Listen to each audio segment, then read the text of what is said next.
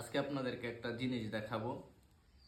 2026 সালে আইসা 2000 সালের একটা জিনিস, আজ থেকে প্রায় 20-25 বছর আগের একটা জিনিস। এটি হচ্ছে এই ক্যামেরা। এখন 2026 সালে সব লেটেস্ট ক্যামেরা চলে আসছে। সেই যুগের থেকে এই ক্যামেরাটি এখনো পর্যন্ত খুবই যত্ন সহকারে রাখা হয়েছে। এই ক্যামেরাটি কেনা হয় 2003 সালে।